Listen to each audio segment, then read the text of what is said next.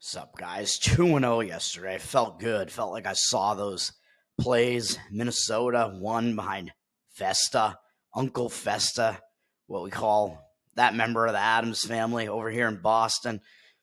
That was a win, and then Chicago Cubs won in extra innings. So I think they were winning 3-0 for a while in that game, and then tried to blow it, but still wound up winning. 2-0. I'll take it, obviously. We'll move on to today. I'm going to have 3 baseball plays here today. First one up is going to be a full game total, which is going to be on the under in Washington, Tampa Bay. I think this is a decent spot to take the under. It looks like you might have to take under 7.5 with juice now on this one. Let me see. It looks like it opened at 8, heavily juiced to the under, though, minus 125, and then it fell down to 7.5. But it's at 7.5 juiced to the under right now. I think, like I said, 7.5 minus 115, I think is the best you can get. Under 7.5. Actually, you can get minus 110 right now, actually, on ESPN Bet. So maybe that is the way that I will go there. So I like this under. Both teams didn't play yesterday, Washington and Tampa Bay, so that means that we have the bullpen options are basically all available for these teams. So that's good. That's one factor that I kind of take into account when I look at these totals here to play an under. And then the starting pitching matchup obviously factors in. Mitchell Parker pitching for Washington. He is a rookie. He's been doing pretty decent this year, really. 3.3 ERA, 1.1 whip. He's pitched pretty well. He's got a 58-17 strikeout walk ratio. He's not a huge strikeout guy. That's in 73 2/3 innings, but not putting that many men on base. 64 hits allowed. So, as I already mentioned, his whip is quite good. He's been fairly good this month as well, not allowing more than 4 earned runs in any of these starts. And that was in a start at Colorado in high elevation. So, actually, that was his only start where he allowed more than 3 earned runs this entire season. So, he's been limiting the damage. So, I do like that. And, of course, Tampa Bay has never seen him before because he's a rookie and he's over in the National League. So Tampa has not faced him before. So again, I think when you have a young pitcher who's got decent stuff and is doing pretty well, and the opposing team hasn't seen him before, and especially with Tampa here because their offense isn't really that powerful, that potent, that those hitters tend to have to adjust and struggle a little bit the first couple times they face that pitcher they haven't seen before. And Parker's also a lefty, which might even add to it as well, because you have to get used to the arm angles that he's throwing, which when it's a lefty pitcher, there tends to be even a little bit more of a period to adapt to that. So I think he might have a little bit of an edge there. And then Zach Eflin on the other side for Tampa. His ERA makes it look like he's not pitching that well this year, 4.20, but he's got a 1.14 whip. He has indeed been pretty good this season with a 63-6 strikeout walk ratio. So he's basically not walking anybody. But the problem is that it means that it looks like he's putting it over the plate too much, as he has allowed 87 hits in 81 1/3 innings. So even though the walk number is way, way low, he is getting hit maybe a little bit too much, but he's also been pretty consistent. His first start, he allowed 6 earned runs, so we can kind of throw that out against Toronto. He had one bad start against Anaheim, kind of bad, where he allowed 5 earned runs, but he had a 5.0 strikeout walk ratio in that one, so he just got hit around a little bit. And since that start in early April, he's not allowed more than 4 earned runs in any start. So he's been pretty consistent and pitching pretty decent. So I do like that. He's got a 19-2 strikeout walk ratio in the month of June. I mean, his strikeout walk ratio has been good this entire season. And then you look at his numbers versus Washington. This is kind of the capper here, which is why I like this under here. Because you got one pitcher on the other side with Parker, who's pitching decent and hasn't been seen before by the opposing hitters. On the other side, you got Eflin, whose ERA I think is a little bit misleading. He's been pitching pretty well this year. And against Washington, they have not done well against him historically. They're 9 for 47 off him lifetime with 2 doubles, no other extra base hits, 2 RBIs. He's got a 15-1 strikeout walk ratio against them for a very weak 191 opponent batting average and 442 OPS. So Eflin has done quite well against Washington's hitters. So that's where we're going to go here. We're going to go under 7.5 in Tampa Bay, Washington. Moving on to, I got 2 sides here. One side is going to be to take the Houston Astros against the Mets. This is going to be on the money line. I think you can get minus 115 right now. It looks like it's gone up a little bit, but Houston is a road favorite, which kind of scares me a little bit, but we're playing against a hot Mets team, too, or a Mets team that was like really hot for a bit, at least recently. But I mean, they're hot again. They've won a few more games in a row. They're playing quite well. They're up to 500 now, man. And I think Houston's still below 500, right? Even though Houston, oh no, they're both at exactly 500 right now. Even though Houston does still kind of carry that name recognition behind them. Like everybody thinks Houston is a good team, and they are, even though their start to the season was quite bad. So this is also a game where neither of these teams played yesterday. So I think the bullpen situation, Houston's bullpen's been improving after a bad start to the season. So I think the bullpens can kind of be considered a wash here in this one. So I don't mind going a full game on this, especially because this is a situational play here where the Mets, they just swept the Yankees, man, in that Subway Series. They had a 2-game series against the Yankees, and they won both games 9-7 and 12-2. You're coming off a 12-2 win over your in-city rival, one of the best teams in baseball, the Yankees. That has to set you up for like a little bit of a letdown, man, even though you are facing the Astros. Astros are a 500 team, though, so I don't know if the Mets are going to come into this game completely focused. And I like the starting pitching matchup here. In Houston, I think they're just going to be continuing some momentum. I mean, they've been hot. They've won a bunch of games in a row. But granted, there were a bunch of them were against the White Sox and the Rockies, so pretty bad teams. So they had a sweep against Baltimore in the middle there. Baltimore, pretty good team. But, I mean, Houston, baseball's streaky. I wouldn't want to, like, jump in front of Houston as far as betting against them to break a streak necessarily, although I have done that in the past. And I think Houston, they might continue their momentum here. They're starting a road trip, so that tends to be a focus spot.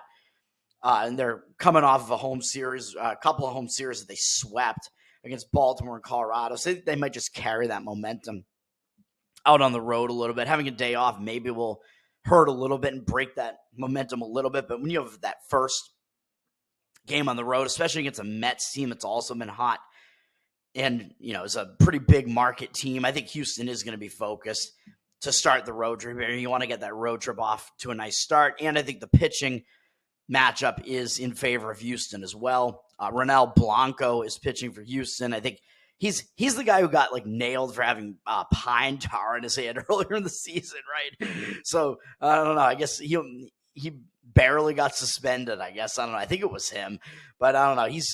He's still in there and he's continuing to pitch pretty well, having a good season.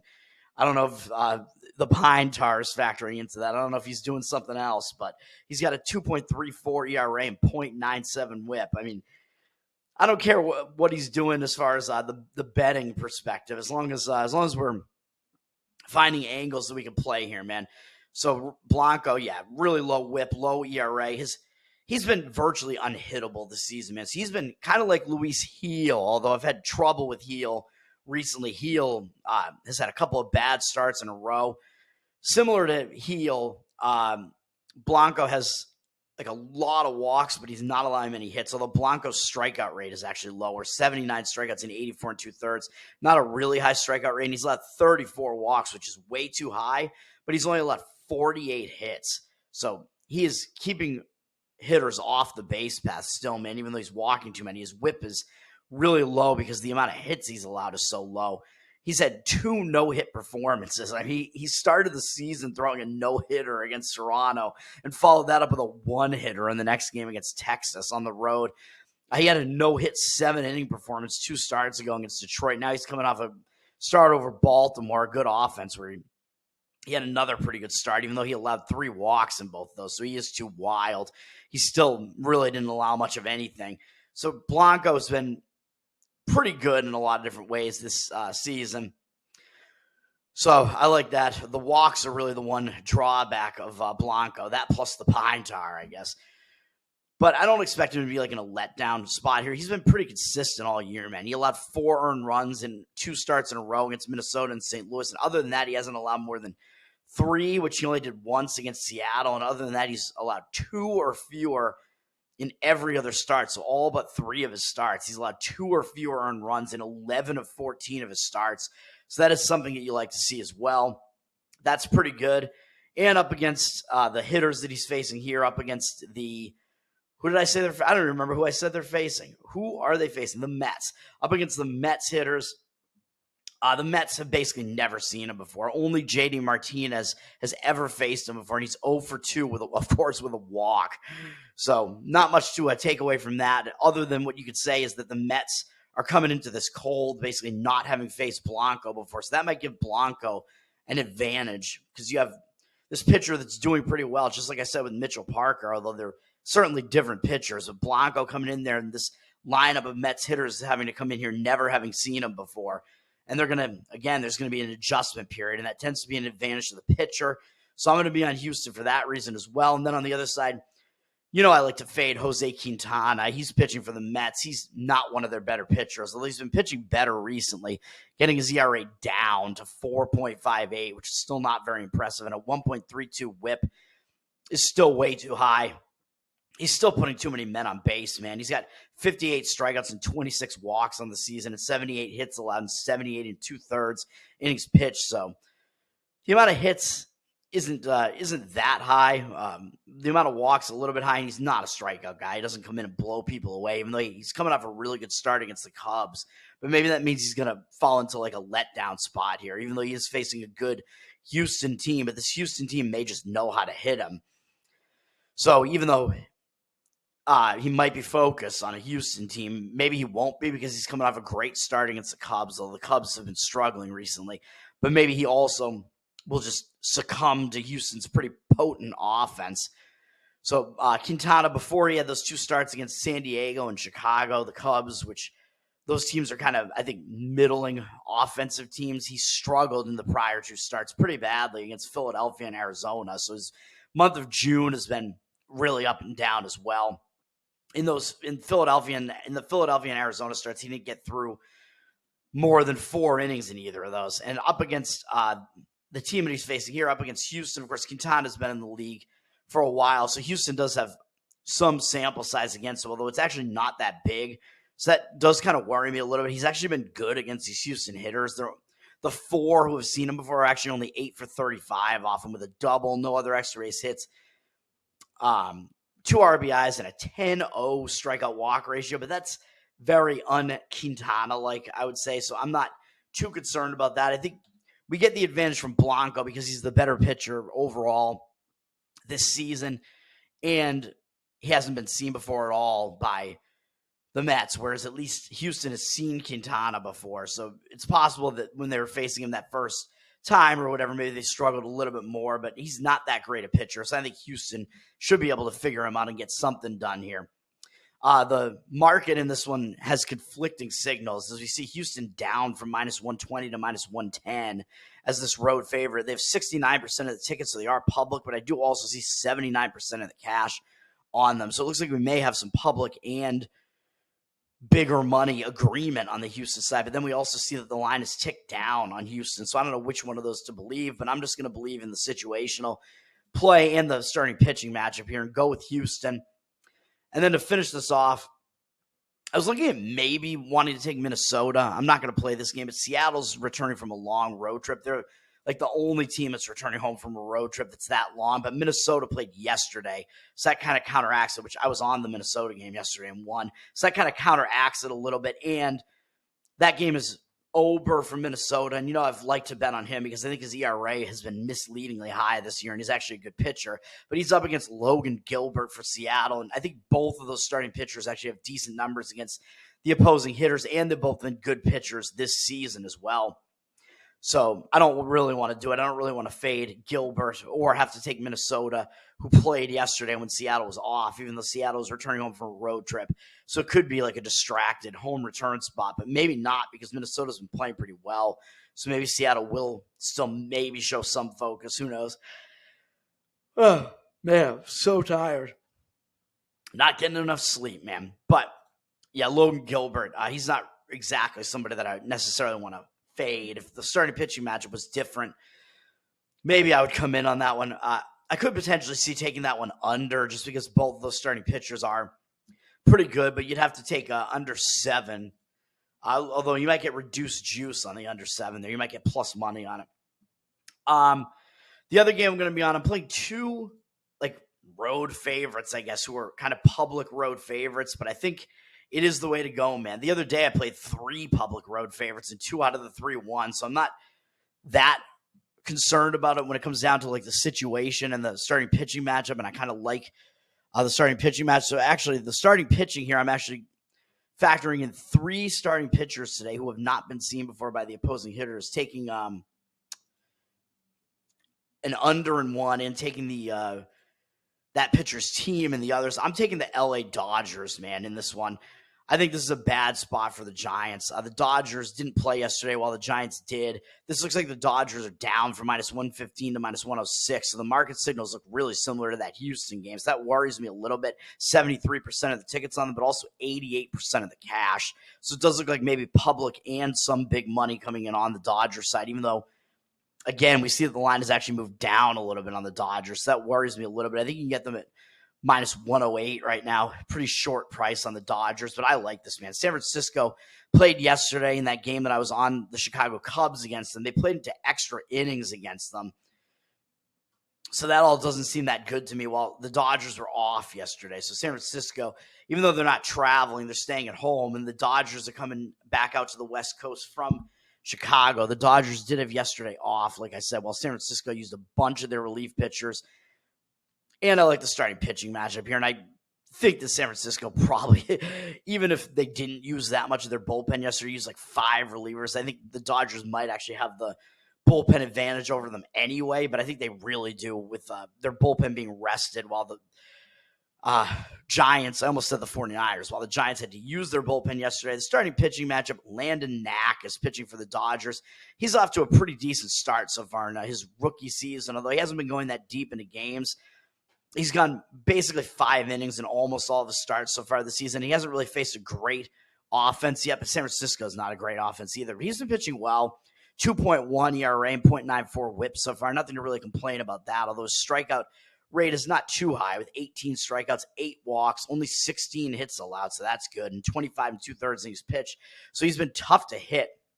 He's a guy, he kind of has like a typical pitching arsenal, like not something that really comes in and overpowers you, but he's got like a mid-90s fastball, a couple of breaking pitches, and a changeup that I guess is pretty good that has like a similar arm angle coming out of his arm, and so the batters don't know until it's too late whether it's a fastball or a changeup. So I guess that is good for him. But of course, he's off to a decent start. He's kind of entrenched in the rotation now. He's off to a decent start for his rookie season here, man.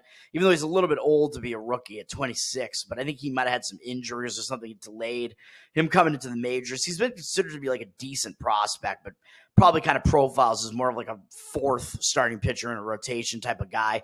But he's been pitching pretty well, and these Giants hitters aren't really that great, and they haven't seen him before. So again, we have a situation where we have a starting pitcher who has not been seen before by the opposing hitters, and I think that can be an advantage to that starting pitcher. So that's where I like to look. That's where I like to go. Then on the other side, Logan Webb is pitching. He's been pretty good. I mean, he's a pretty decent pitcher. He's got a 3.16 ERA, 1.22 whip. So his whip does tend to be a little bit higher than what his ERA would suggest. I mean, his numbers are pretty good this season with 91 strikeouts and 23 walks. It's a good strikeout walk ratio, 106 hits allowed and 105 and a third innings pitched. So his strikeout rate isn't that high. He's thrown a lot of innings. So he does go pretty deep into games. He is a workhorse, and he's pretty consistent. He's allowed 4 or fewer earned runs in most of his starts. So that does worry me a little bit. But I still like the Dodgers in this spot, man, because San Francisco's bullpen has been blown out while the Dodgers were off yesterday. And I think Knack might have the slight edge over Webb in this pitching matchup just because he hasn't been seen before, whereas Webb, even though he's a pretty consistent like workhorse of a pitcher and has good numbers this year, he's still has been seen before by the Dodgers, man. And the Dodgers have mediocre numbers against us. We have a big sample size here. They're 36 for 138 off him, so they've seen him a lot. They're very familiar with him. 10 doubles, 2 home runs, 15 RBIs, 33 to 12 strikeout walk ratio. So he has walked too many guys against the Dodgers as well. It's a 261 batting average and 697 OPS. So those are pretty mediocre numbers for the Dodgers offense against Webb, but they have just such a gigantic sample size against him, and he doesn't like totally dominate them or anything like that. But I think the edge actually does go to Knack, who San Francisco has not seen before in the starting pitching matchup. And the Dodgers, they get the rest advantage, even though they don't have the travel advantage, and they get the bullpen advantage, which is also kind of the same thing as saying that they have the rest advantage. So those are where I'm going, man. We got under 7.5, Washington, Tampa Bay, Houston Astros -115, and LA Dodgers -108. It's going to do it for me today, man. Let's hope to get back on track. We have 2 winning days in a row. I want to get back up to at least the break-even point pretty soon here. Come on, man. Let's get some wins. Peace.